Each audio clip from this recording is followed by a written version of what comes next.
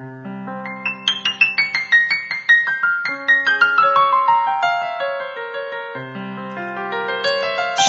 Aleichem para cada uno de ustedes. Queremos darle la bienvenida a nuestra serie sobre el libro de Zacarías, impartido por el líder mesiánico Jacques Isaac Gavison. El pastor Gavison es el pastor y maestro de la congregación Beth Ariel en Montreal, Canadá. Es un creyente judío en Yeshua y su profundo amor y búsqueda en la palabra de Dios desde una perspectiva judía ha producido grandes enseñanzas. Esto incluye el libro de Zacarías, fascinante libro apocalíptico. Los invitamos a escuchar estos mensajes que han sido traducidos y grabados por Larry Eduardo Adriani, miembro de la congregación Beth Ariel. Sean bendecidos al escucharlos y Shalom. Zacarías parte 13, capítulos 8 y 9, 4 de abril del 2020. Shalom y bienvenidos. Este sermón fue una transmisión en vivo desde la casa del pastor, en medio de este confinamiento debido al coronavirus. Comencemos con buenas noticias. Una encuesta que se hizo la semana pasada, del 23 al 26, justo en medio del coronavirus, fue hecha por una compañía de gran reputación, McLaughlin y Asociados. Se indagó cómo las personas encuestadas, personas seculares y religiosas, asociaban el coronavirus y Dios. El 44% de los americanos encuestados dijeron que ven esta pandemia y la crisis económica como un llamado para volver a la fe en Dios y como señales de juicio venidero. Así que esta prueba hace reaccionar al mundo y gracias a Dios por esto. Y ya que las cosas no están mejorando, oro para que el otro 56% no pierdan tiempo y busquen a Dios por ayuda.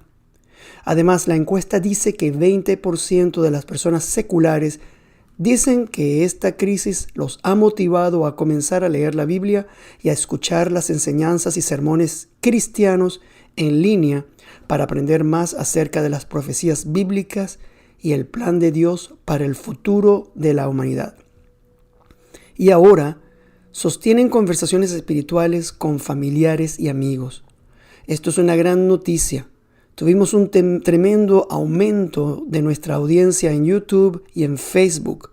La más popular es la serie de las 11 enseñanzas en los tiempos finales que está en YouTube.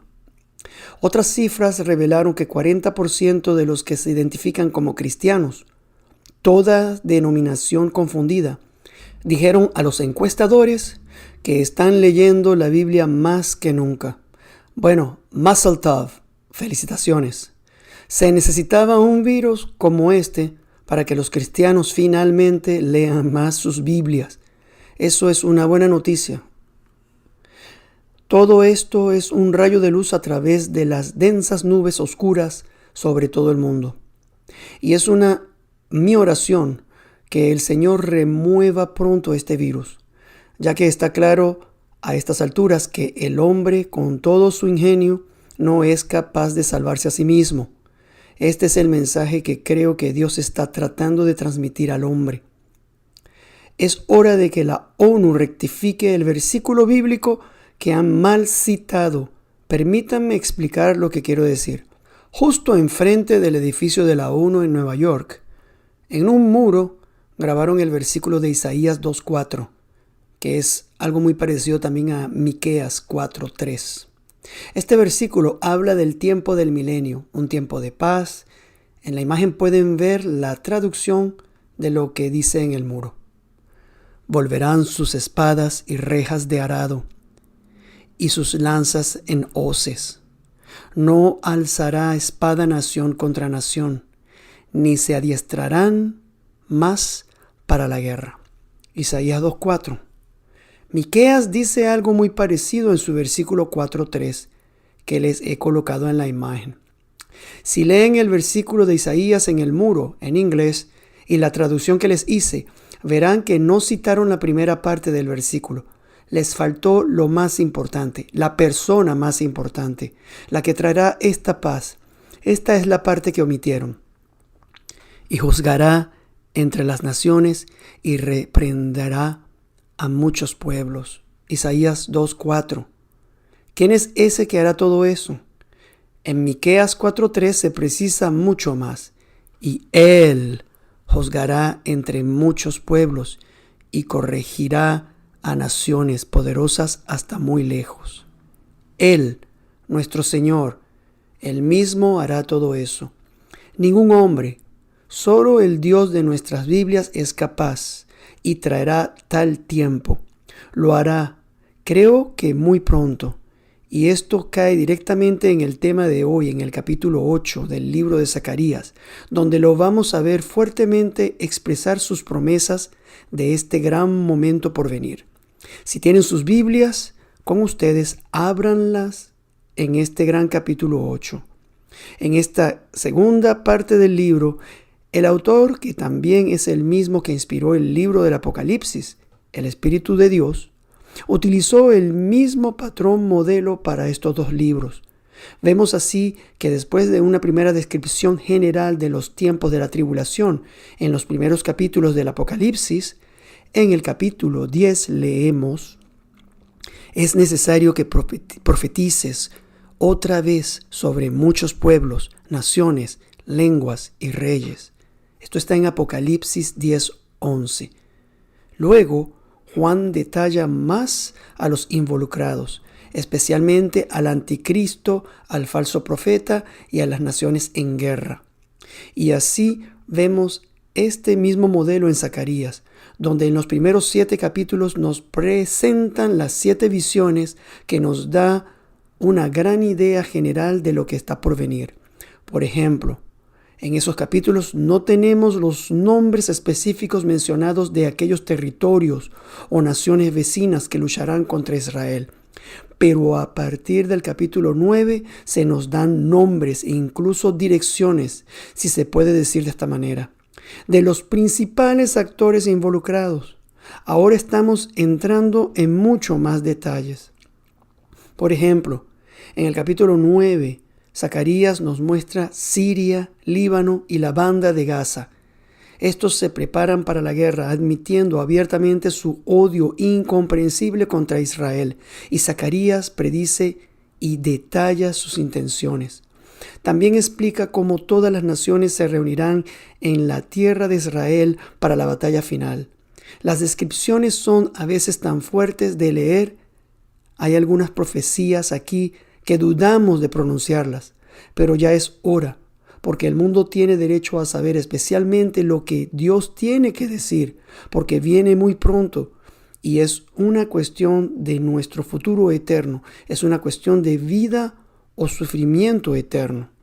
De la misma manera en que nos presentaron al Mesías, el ángel del Señor, en los primeros 7 capítulos, ahora de nuevo nos encontramos con más detalles acerca de él. Se nos lleva a ver en la segunda sección del capítulo 9 y en adelante cómo 2 individuos sufren, Jacob o Israel y Yeshua, el Mesías judío. Mientras que ambos sufren la conclusión de los planes y propósitos de Dios que culminan en victoria y éxito, reconocemos la gracia extendida a Israel durante su sufrimiento. Esta gracia es parte del glorioso plan de Dios. En esta segunda mitad del libro de Zacarías también vamos a ver algunas de las más grandes y profundas profecías mesiánicas, y las vamos a ver hasta el fondo. En los primeros 7 capítulos, Yeshua fue presentado como el brote, la piedra, el siervo, el sumo sacerdote y aquel quien el Señor había enviado. Descripciones que se asocian a su primera venida. En cuanto a su segunda venida, fue presentado como la montaña y el rey, el que todos verán en su regreso. Pero esto solo es una enumeración somera de sus atributos y de quién es, porque a partir del capítulo 9 veremos al Mesías montado en un burro humilde y manso. Esta es una gran profecía que se cumplió en todos sus detalles con su entrada triunfal en Jerusalén, en la Pascua. Su entrada fue de hecho triunfal porque Yeshua resistió todas las interferencias posibles y los ataques malignos más fuertes de la historia para poder entrar en la forma que lo hizo. Y luego 4 días después murió para al final resucitar y ofrecer así salvación a su pueblo y al mundo entero. El rechazo del Mesías se detalla aún más en el capítulo 11, tristemente, describiendo la negativa del verdadero pastor de Israel y, en cambio, eligiendo al pastor equivocado. Eso fue lo que hizo Israel. Israel tomó 2 veces esta elección equivocada de pastor. La primera vez condujo a la destrucción de Jerusalén en el año 700 después de Cristo. La segunda vez, aún en el futuro, será cuando elegirán al falso profeta y al anticristo que provocará la destrucción de Jerusalén e Israel, antes de la segunda venida del Señor. Luego, en el capítulo 12, el gran pastor, el Mesías, es reconocido en su segunda venida. En ese momento llorarán, y llorarán porque habrían reconocido al que traspasaron con clavos en las manos.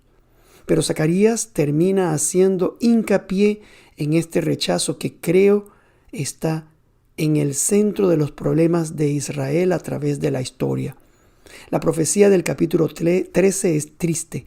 Nos muestra cómo el Mesías es un buen pastor y cómo fue traicionado y cuán violenta fue su muerte.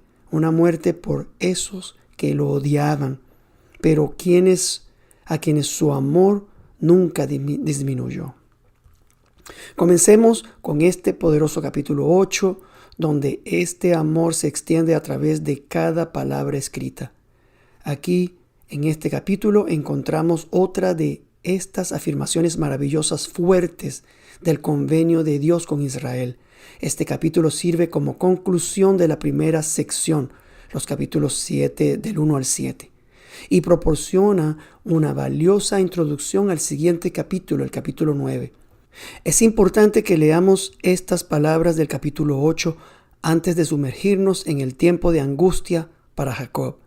Es así como se le dice en Jeremías 37 a los problemas que va a tener Israel. Porque en algún momento podríamos pensar que Israel ha sido abandonada por Dios. Aquí se nos dice en términos muy fuertes que Jerusalén será reconstruida, que el pueblo judío será traído desde todas partes del mundo a su tierra, que todas las promesas de Dios se cumplirán, porque aún no se han cumplido.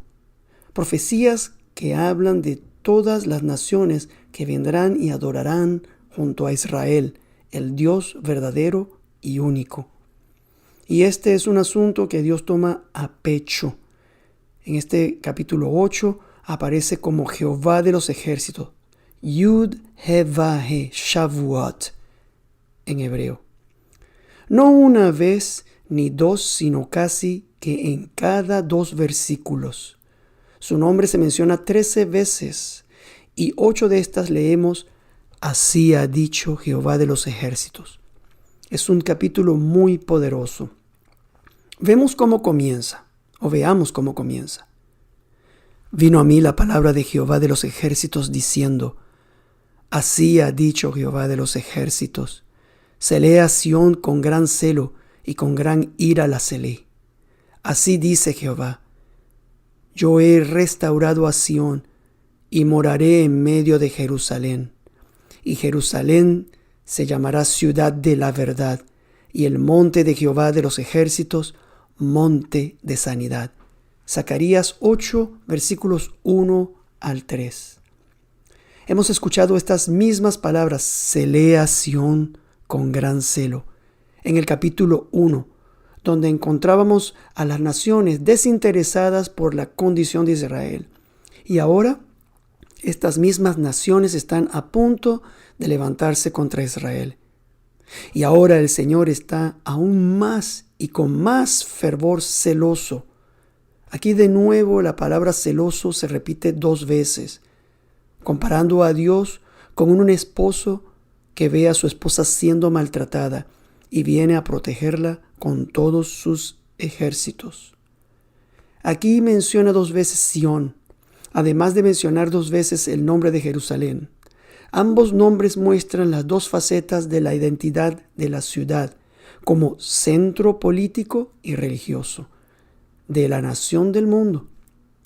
Hemos escuchado a los que dicen que aman a los judíos y que odian lo que Israel está haciendo. Estas personas están distinguiendo Sión como una identidad política. Por ejemplo, Irán muestra calidez al pueblo judío invitando a algunos judíos religiosos a su tierra, lo que ha hecho recientemente, pero mantienen un profundo odio por Sión, mismo queriendo que sea destruida. Algunos políticos, incluso de ascendencia judía, dicen que aman al judío, pero desdeñan lo que Israel está haciendo políticamente. Pero para Dios Sión es el pueblo, porque Sión es esa montaña santa sobre la cual su pueblo prosperará y desde donde saldrá la palabra de Dios y a donde regresará el Mesías. Este tipo de declaraciones de me gusta uno, pero no el otro, es una nueva forma de antisemitismo. Una vez más, aunque Dios no apoyaría todas las naciones o las acciones políticas de Israel, no secciona a Sión de su pueblo. Pero vean la súplica apasionada de Dios. En el versículo 3 comienza diciéndonos, moraré en medio de Jerusalén. Y luego llama a Jerusalén por 3 títulos, y uno de ellos es completamente nuevo, ciudad de la verdad. Pero no en hebreo, es más que eso. Ir ha-emet, la ciudad de la única verdad. Es así como debería leerse y traducirse del hebreo. Sión debe ser vista como la ciudad verdad, mostrando esta y solo esta ciudad como la posesión personal de Dios. Y ver que aquí Jehová de los ejércitos, que es la verdad, el Emet, se revela aún más a través del Mesías, porque allí leemos, Jesús le dijo, yo soy el camino, la verdad y la vida. Nadie viene al Padre sino por mí. Esto es en Juan 14:6. Está dicho por el Mesías. Solo hay un Dios y una verdad. Y aquí Él, Jehová de los ejércitos, se revela a sí mismo en una persona, en la persona de Yeshua. ¿Cómo podría ser esto? 2 seres en uno. Esto es lo que vemos en el primer capítulo de Zacarías, y esto es lo que Pablo llama el misterio de Dios, tanto del Padre como del Mesías, en Colosenses 2:2. Este es el misterio del Ejad, en hebreo, 3 en 1. Y además de ciudad de la única verdad, aquí hay otros 2 títulos dados a Jerusalén. El monte de Jehová de los ejércitos, monte de santidad. Porque donde quiera que Dios esté, hay santidad, porque Él es santo. 3 grandes nombres para la misma ciudad. Así podemos ver a Dios en toda su plenitud sobre Israel, como la Trinidad. La ciudad de la única verdad ese título puede recordarnos al Hijo que trae la verdad a todos los hombres.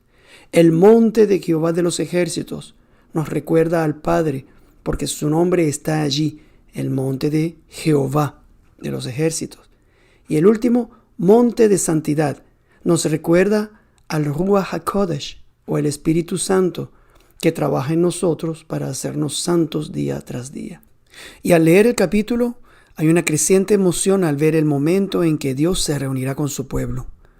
Miren lo que dice en Zacarías 8:6. Y así dice Jehová de los ejércitos, si esto parecerá maravilloso a los ojos del remanente de este pueblo en aquellos días, ¿también será maravilloso delante de mis ojos? Dice Jehová de los ejércitos. Sin embargo, el texto original lee así, de forma parafraseada. Así dice Jehová de los ejércitos. Si esto parecerá imposible a los ojos del remanente de este pueblo en aquellos días, así será imposible para mí, declara Jehová de los ejércitos. ¿Cómo que imposible para Dios? Esta forma de hablar nos hace ver cómo el Señor baja a nuestro nivel y expresa su fuerte deseo de estar con nosotros. Como si Él dijo humildemente: anhelo tanto ese tiempo en el que estaré tan agradado de estar con ustedes. Vean hasta dónde llega el amor de Dios cuando se permite entrar en los confines de este tiempo, de este espacio, para estar con nosotros. Incluso comentaristas rabínicos como Ibn Ezra, Malbim, entendieron que las escrituras estaban escritas en este segmento de esa manera. Y este es uno de los muchos ejemplos que tenemos en las escrituras. Otro se encuentra en el capítulo anterior, y la lectura desafió a los rabinos medievales que prestaron tanta atención a la forma en que se escriben las escrituras. Este versículo se encuentra en Zacarías 7:14. Solo leemos la primera parte y dice así: sino que los esparcí con torbellino por todas las naciones que ellos no conocían. Zacarías 7:14. Pero Dios dice mucho más aquí. La palabra esparcí representa una dificultad gramatical porque así es como realmente debería leerse. Y seré esparcido con ellos, con torbellino, por todas las naciones que ellos no conocían. Aquí el Señor envía un juicio sobre Israel, pero al mismo tiempo dice: voy a estar con ustedes, voy a ser esparcido con ustedes y sufrir con ustedes. Fue Kimchi, un rabino medieval, en su comentario, quien escribió que estaba perplejo por esta forma gramatical tan contradictoria. Pero así es como fue escrita las Escrituras, llamándonos a ver el sufrimiento del Mesías, que descendió de los cielos, algo que Zacarías expondrá mucho más en el siguiente capítulo. El Hijo del Hombre sufrió incluso antes de la cruz e incluso después con su pueblo. Estos versículos están llenos de gracia y deben hacer que el lector sienta cada vez más la presencia misma de Dios en su vida. Hasta el versículo 6 habría sido suficiente, pero no. Dios no ha terminado de expresar la seguridad de sus promesas. Sigamos leyendo los versículos 7 y 8. Así ha dicho Jehová de los ejércitos: he aquí, yo salvo a mi pueblo de la tierra del oriente y de la tierra donde se pone el sol, y los traeré y habitarán en medio de Jerusalén, y me serán por pueblo, y yo seré a ellos por Dios en verdad y en justicia. Dios reunirá a su pueblo del oriente y de la tierra de donde se pone el sol, es decir, desde el amanecer hasta el atardecer. Del mundo entero los recogerá, porque no hay lugar en esta tierra donde el sol no ilumine. En este versículo, Israel es llamado Jerusalén, pero sabemos que no todo Israel vivirá en Jerusalén. Otras profecías nos dicen que las tribus se dividirán en el norte y en el sur, con Jerusalén en el medio. Tal vez el Espíritu vaya más allá de la Jerusalén geográfica, cuando dice que morará y extenderá su presencia en cada parte de la tierra donde morará su pueblo. Y así llama a todo Israel Jerusalén. Además, esto también nos recuerda que el cielo, nuestra futura morada, también se llama la Nueva Jerusalén. Jerusalén entonces toma un significado mucho más amplio para nosotros y mucho más amplio que solamente la ciudad, pequeña ciudad que conocemos ahora. Más adelante, en el capítulo 9, entenderemos que Jerusalén se extiende hasta Damasco, otra sorprendente información. Sin embargo, dado que Damasco está dentro del territorio prometido a Abraham, pertenece al territorio de Israel, como Tiro y Sidón, que comprenden la mayor parte del Líbano, y como Gaza y los territorios palestinos. Ahora, hagamos una pausa por un momento, porque cuando uno lee estas cosas, uno se pregunta qué sucederá con el remanente de estas naciones que, por ejemplo, viven en los territorios palestinos, y de las naciones que están en los territorios que se prometieron a Israel. ¿Qué les pasaría a estos creyentes cuando Jesús regrese? ¿A dónde van a ir? Porque ellos han vivido allí por milenios. Hay buenas noticias. Según Zacarías, estos creyentes seguirán viviendo allí y se convertirán en parte del pueblo de Dios. Permítanme llevarlos al siguiente capítulo, la segunda parte de Zacarías 9:7. Voy a parafrasear la versión de la Biblia de la Sociedad de Publicaciones Judías. Hablando del remanente de los que viven en la franja de Gaza, leemos: y él, que es filisteo, también será un remanente para nuestro Dios, y será como un jefe en Judá, y Ecrón será como el Jebuseo. Comparen eso con la Reina Valera 1960. El Targum es más directo. Los extraños que están entre ellos también serán añadidos al pueblo de nuestro Dios, y serán como príncipes de la casa de Judá. Comparen ahora estas tres versiones.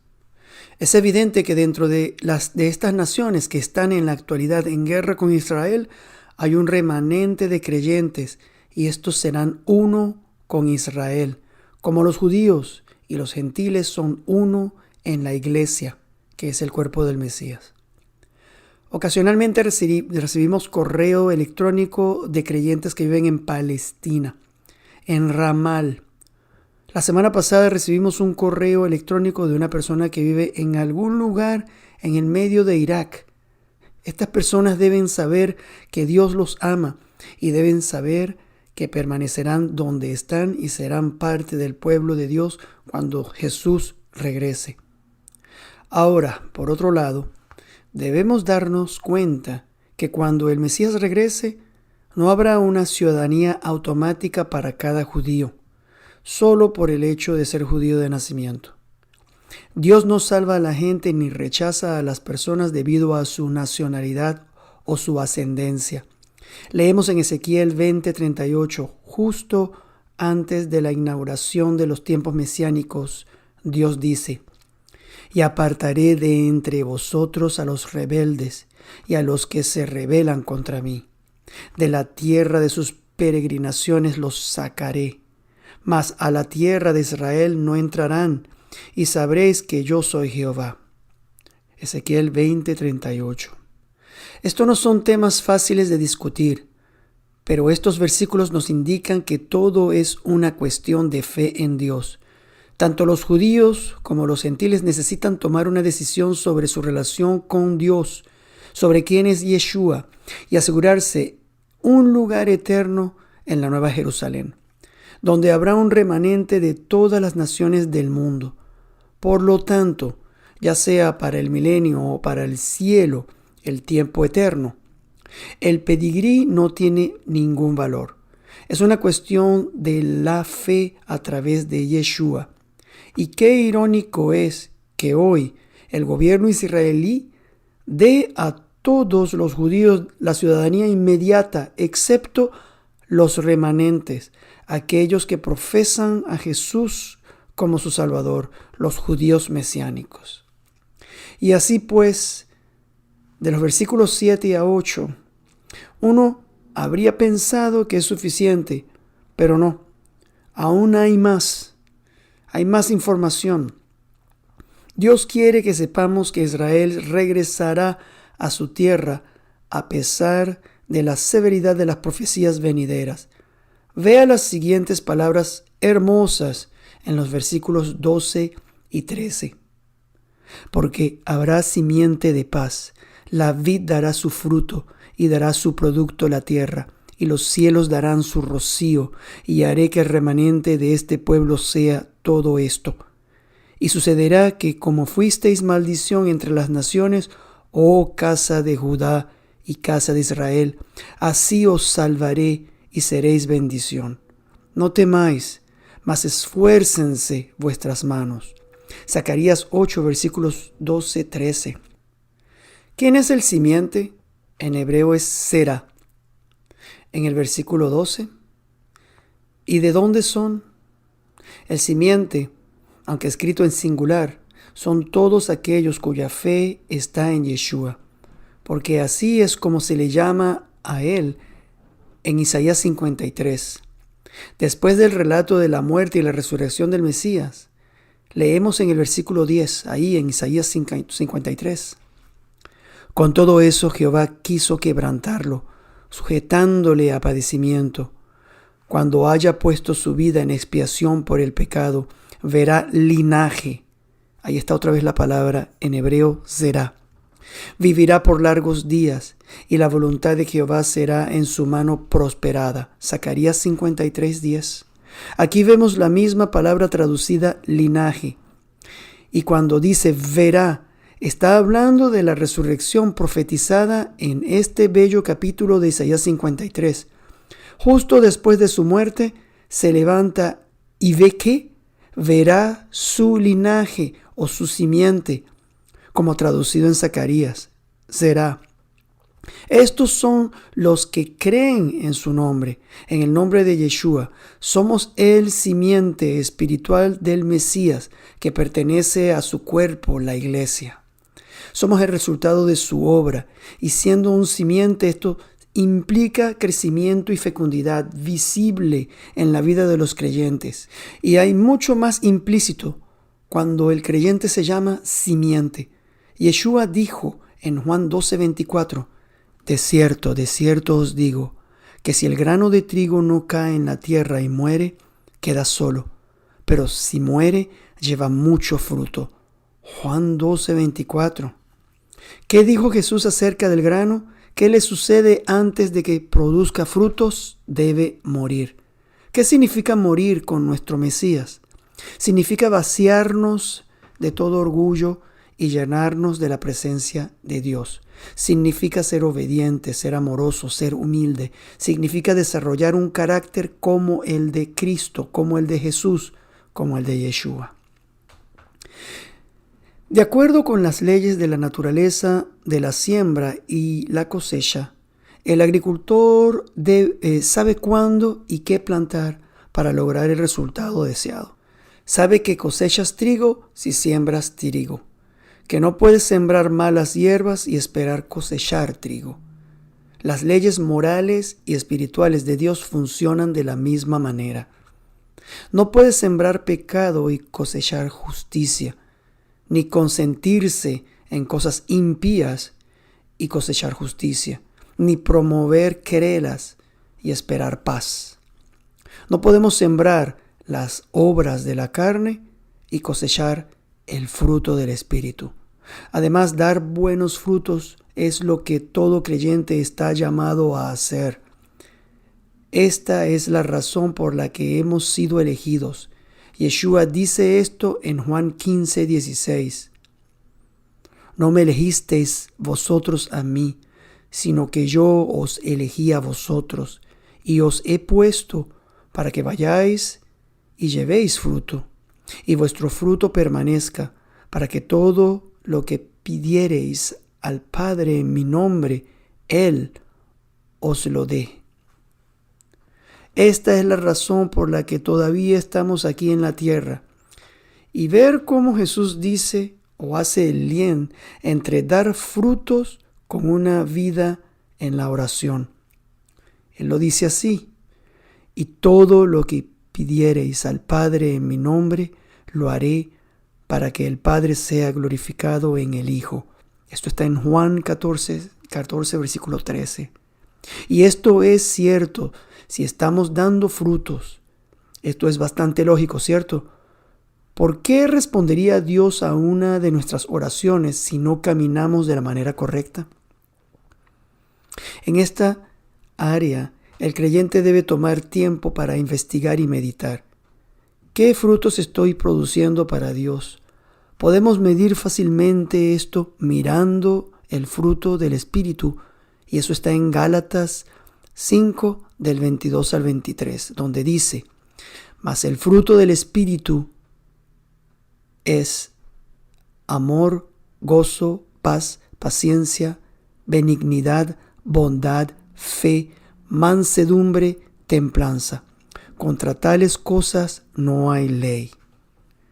Y no podemos simplemente elegir tomar más de uno o menos del otro, o mostrar algunos frutos o algunas características para una persona y a otras no se lo mostramos.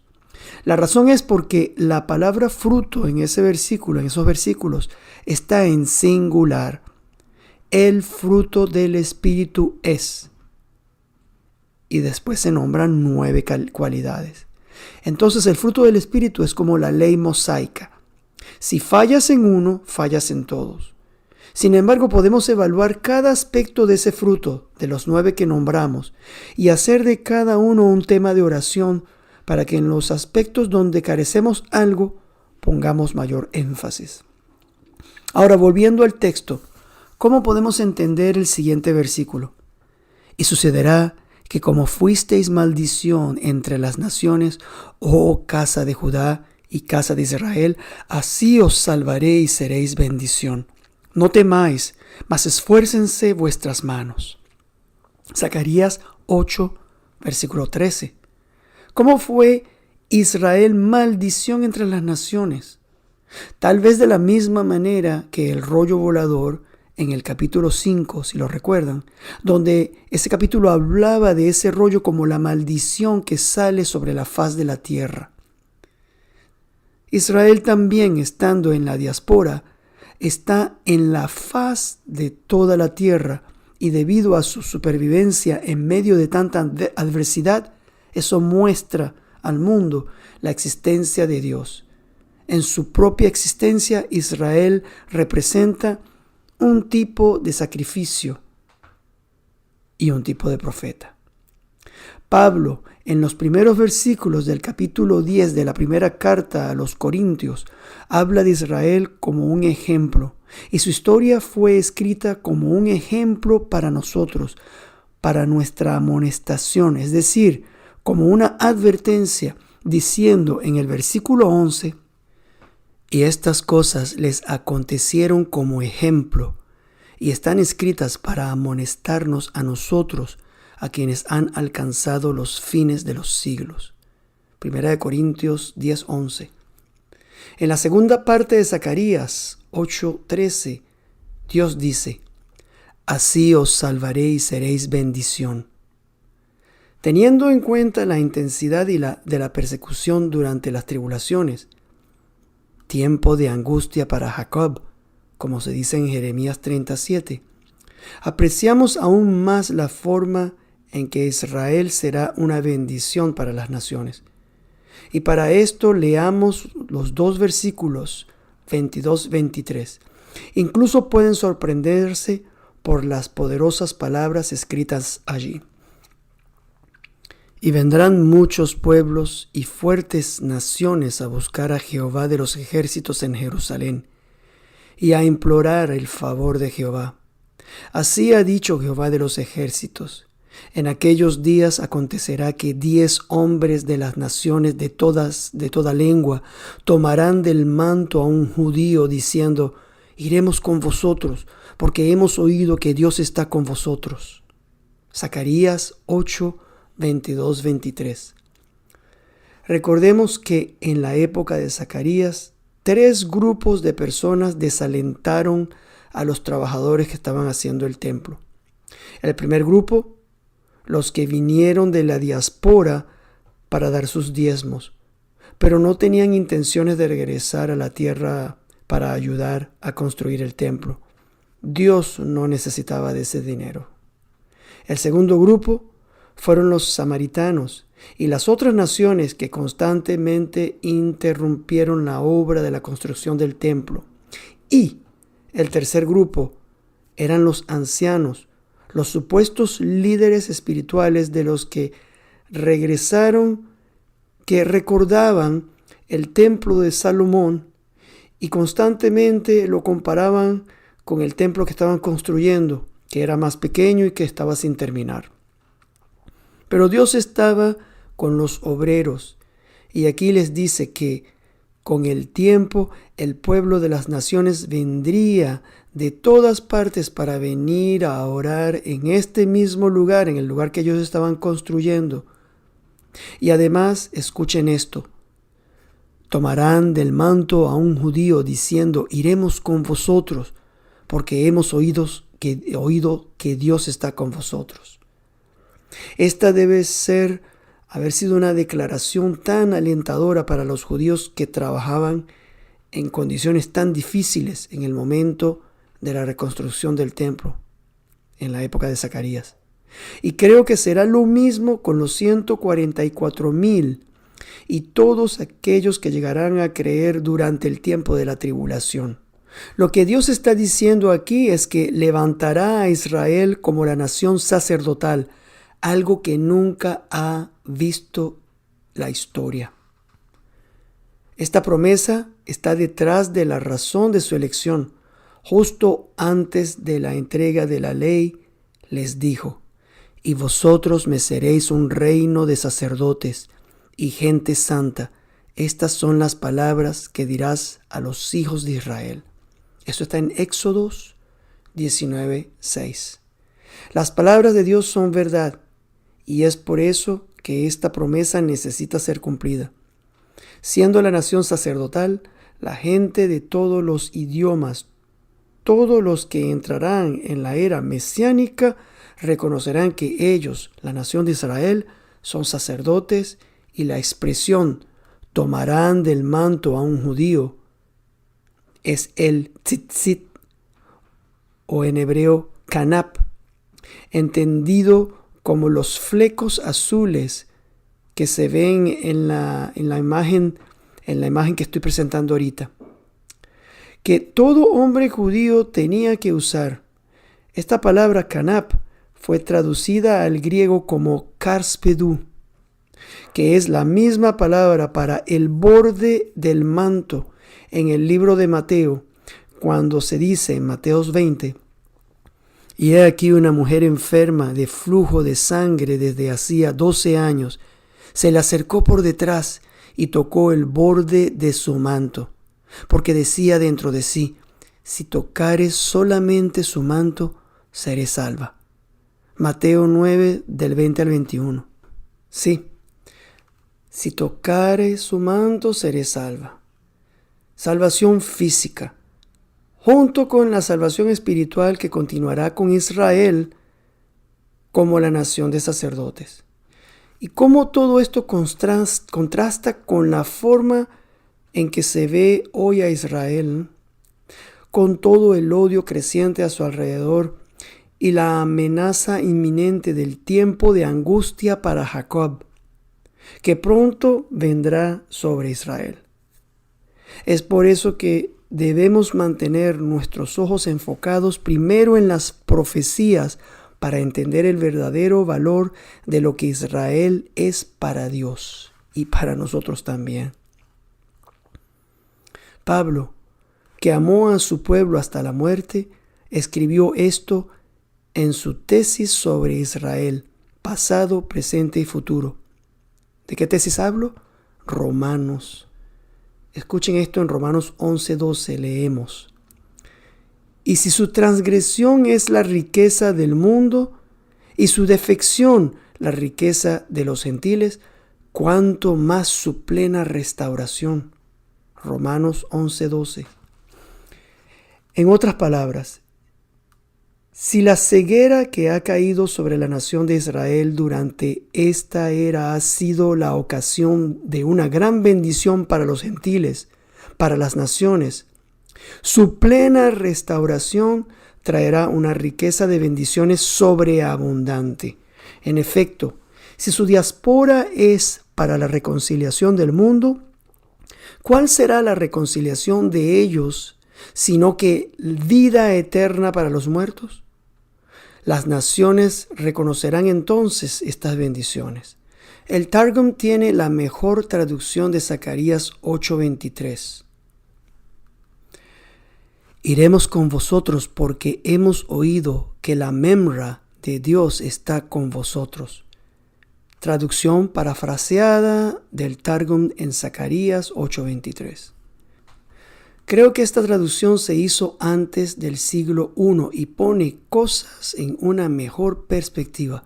Coloca a la Memra, la palabra de Dios, así se le llama a la palabra de Dios en hebreo, como la primera necesidad de las naciones, como el deseo más importante de la vida de las naciones. Y así será como dice Habacuc, porque la tierra será llena del conocimiento de la gloria de Jehová, como las aguas cubren el mar. Habacuc 12:14. Esta es entonces la introducción a la segunda parte de Zacarías. Ahora estamos listos para mirar estas profecías. Veamos cómo el capítulo 9 nos lleva al corazón de la batalla que ya ha comenzado. No nos queda mucho tiempo para hoy, pero vean qué naciones Dios nombra primero. Incluso podremos reconocer esos nombres en las noticias de hoy. La profecía de la palabra de Jehová está contra la tierra de Hadrac y sobre Damasco, porque a Jehová deben mirar los ojos de los hombres y de todas las tribus de Israel. Zacarías 9:1. Es la primera vez que aparece la palabra hebrea que fue traducida contra en este versículo de Zacarías. La palabra en hebreo es masa, que significa carga pesada. Y muy a pesar de lo duro que debe haber sido para Zacarías compartir esta palabra, él tuvo que hacerlo porque al final era la palabra de Dios. Y tal vez esta palabra no se utilizó en la primera sección, en las 7 visiones, pero ahora entramos en una sección con detalles muy gráficos de los males por venir. Una mayor carga para el pueblo de Israel e incluso para Zacarías el tener que profetizarlas. Ahora observen qué área del mundo se menciona por primera vez. La tierra de Hadrac y Damasco. ¿Por qué estos nombres? Esta es la primera y única vez que leemos la palabra Hadrac. ¿Dónde está ese lugar? Hay algunas discusiones interesantes en los escritos rabínicos sobre este lugar, pero un rabino que nació en Siria dijo: conozco ese nombre. Está allí para señalar al país de Siria. Y recientemente este lugar, Hadrac, ha sido identificado por un arqueólogo como el actual Tel Afis, situado a unos 45 kilómetros al suroeste de Alepo, en Siria. Esta ciudad se menciona junto con la capital de Siria, Damasco, una de las ciudades más antiguas de la historia de la humanidad. La pregunta que podríamos hacer en este punto es: ¿por qué mencionar a Siria justo en la introducción de la segunda parte del libro? ¿Por qué no mencionar a Babilonia o la tierra de Shinar? ¿O los edomitas o filisteos? Siria no es un país tan poderoso. De hecho, uno se pregunta si hay realmente un país llamado Siria. Si vemos el mapa, esto es lo que era Siria, pero solo la zona en azul está gobernada por el ejército sirio. Esto no es mucho territorio. ¿Por qué mencionarlo entonces? Hagamos mejor otra pregunta. ¿Quién más está hoy bien anclado en Siria? Ni más ni menos que 3 naciones que se mencionan en el relato de Gog y Magog y que desencadenarán las últimas guerras mundiales: Rusia, Irán y Turquía. Estas naciones están ahí. Tal vez por eso la profecía nos dice que miremos allí. Durante los últimos 10 años, Rusia ha apoyado al gobierno caído de Bashar al-Assad con ayuda militar, personal y ha desarrollado bases militares estratégicas en Siria. Están ahí para quedarse. Una de las bases es una instalación naval en Tartus, a unos 575 kilómetros de Jerusalén. Esto está muy cerca. Además, son 3 bases aéreas dispersas en Siria, con un total de 68,000 militares del ejército. ¿Cuál es su interés en esta parte del mundo? Ezequiel nos dice que atacarán a Israel. En Ezequiel, Dios dice: de aquí A muchos días serás visitado. Al cabo de años vendrás a la tierra salvada de la espada, recogida de muchos pueblos, a los montes de Israel, que siempre fueron una desolación, mas fue sacada de las naciones, y todos ellos morarán confiadamente. Ezequiel 38:8. Vean la imagen en el mapa. No tendrán que viajar mucho, allí están. Este versículo habla del tiempo del último regreso de los judíos a la tierra de Israel, descrito en Ezequiel 37 con la profecía de los huesos secos. Una época en la que hacia el final sentirán que están viviendo en seguridad. Esta seguridad se sentirá tal vez debido al falso tratado de paz con el anticristo.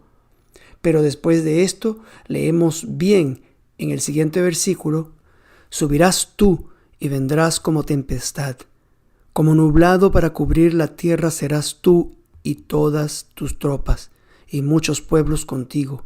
Ezequiel 38:9.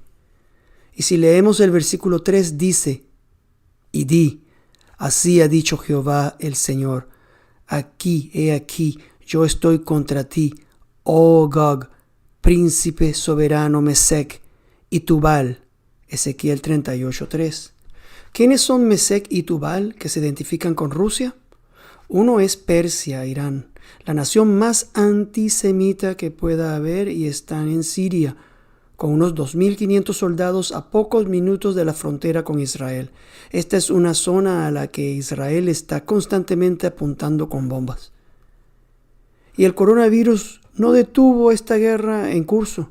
El 1 de abril del 2020, de este año, el pasado miércoles, la Fuerza Aérea Israelí golpeó una base militar siria, donde los iraníes tenían un equipo para el Hezbollah. El otro país es Turquía o Togarma. También está allí en Siria. Este país también ha estado durante los últimos 10 años militarmente involucrados en Siria, y hoy también están aumentando su presencia en el territorio de Hadrach y Damasco, como Zacarías profetizó hace 2500 años. Estos tres países no tienen idea de que Dios los ha estado observando, y de muy cerca. Así que la mención de Siria, que abre la segunda sección de Zacarías, puede muy bien ser porque las guerras finales están desencadenadas en Gog y Magog, que es, para los comentaristas rabínicos, la guerra final que traerá la venida del Mesías. Observen la trayectoria que se traza al leer Zacarías 9. Véanlo en el mapa. Hadrach y sobre Damasco. Eso está en el versículo 1. Después, versículo 2 dice Tiro y Sidón. Luego Gaza también. Lo dice así en el versículo 5. ¿Quién está en el sur del Líbano? En Tiro y Sidón. Ahí está Hezbollah. ¿Y quiénes son? En su manifiesto el grupo afirma: nuestra lucha terminará solo cuando la entidad de Israel sea destruida. Ese es su objetivo. Su presencia no es solo en el Líbano, sino que según la página web de la Fuerza de Defensa israelíes, tienen 8.000 hombres en Siria, alrededor de 40% de sus militantes. En cuanto a Gaza y Hamas, no necesitamos decir mucho. Hemos sido testigos de los implacables cohetes enviados a civiles en Israel. Según Shin Bet, la agencia de seguridad de Israel, entre 2017 y el 2019, Hamas disparó más de 2.600 cohetes sobre Israel. El objetivo aquí es aniquilar el Estado de Israel y establecer un Estado islámico. Como vemos la mención de Siria, Tiro y Sidón, Gaza y las ciudades vecinas, entonces no es de extrañar que Zacarías comience con estas regiones y lentamente nos lleva a las guerras finales, el Armagedón, porque parece que comienza en esa área de las ciudades nombradas, y hoy muchos rabinos están más conscientes de la próxima guerra de Gog y Magog. Para concluir, Mientras estas cosas están a punto de suceder y justo en el versículo 1, Dios declara a estos lugares como su lugar de descanso. Esos lugares mencionados, lugar de descanso de Dios. Porque la promesa de Dios a Abraham incluye esos territorios e Israel está aquí para quedarse por la eternidad. Jerusalén está destinada a extenderse hasta las puertas de Damasco. ¿Dónde está la prueba de eso? Lean el versículo 1 a partir de la Reina Valera 1909, pues esta versión honra bien el texto original en hebreo y dice así: carga de la palabra de Jehová contra tierra de Hadrac y Damasco su reposo, porque a Jehová están vueltos los ojos de los hombres y de todas las tribus de Israel. Así es Jerusalén destinada a seguir extendiéndose, y los desterrados vendrán y encontrarán descanso en ella para cumplir la promesa en las palabras que están escritas allí. Porque dice, y en Damasco será su lugar de descanso, su lugar de reposo. Sabemos que de acuerdo con las profecías de los tiempos finales, la gente se burlará de estos escritos proféticos. No solo la sociedad laica, porque lo han hecho desde el principio, sino que serán ridiculizados también, incluso dentro de las iglesias. Esto es también parte de los signos del final de los días. Es por eso que el estudio de Zacarías es tan crucial hoy en día. ¿Y qué pasa si se burlan de nosotros? Es inconsecuente. Lo importante es que ya sabemos el fin de las cosas desde el principio. Hamás y Hezbolá se encogerán y se derretirán como la cera en las manos del Dios Todopoderoso. Los demás pueden considerar locos a los creyentes, pero lo que cuenta es que estamos proclamando la palabra de Dios al igual que todos los otros profetas, de los que también se burlaron hasta que sus advertencias se hicieron realidad con los asirios, los babilónicos e incluso los romanos, que aparecieron en las puertas de esos que negaron todas estas cosas. Escuchemos las advertencias de los profetas. Y oremos así. Esto es una oración hebrea parafraseada al español. Emet ve yepsit, verdadero y fuerte. Verdadero y fuerte, imparcial y estable, justo y fiel, amado y apreciado, favorable y agradable, impresionante y majestuoso, recto y acogedor, bueno y hermoso. Tal es tu palabra para nosotros, para siempre y siempre. Verdaderamente el Dios del universo es nuestro Rey, que es la roca de Jacob, el escudo de nuestra salvación. De generación en generación perdura y su nombre permanece inalterado por la eternidad. Sus palabras son vivas y estables, siempre fieles y deseables. Como lo fueron para nosotros, para nuestros padres, también lo son para nosotros, para nuestros hijos, para nuestra generación y para todas las generaciones. Desde la primera edad hasta las últimas edades, tu palabra es buena, perdurando para siempre y para siempre. Es la verdad y la fidelidad, una ley que siempre perdurará. Jehová te bendiga y te guarde. Jehová haga resplandecer su rostro sobre ti y tenga de ti misericordia. Jehová alce sobre ti su rostro y ponga en ti paz. Esperamos que hayan sido bendecidos al haber escuchado este estudio de la Palabra Santa en el libro de Zacarías. Damos la bienvenida a las preguntas que tengan con respecto a este tema o cualquier otra consulta bíblica. Puede ponerse en contacto con nosotros a través de nuestro correo electrónico vedariel.hispanos@gmail.com y nos pondremos en contacto con usted tan pronto como sea posible. Por favor, oren por este ministerio mientras avanzamos juntos en estos días postreros, declarando en voz alta para hacer que la palabra sea escuchada y ser diligentes al obedecerla. Bendiciones en nombre de nuestro Mesías Yeshua. Shalom, shalom.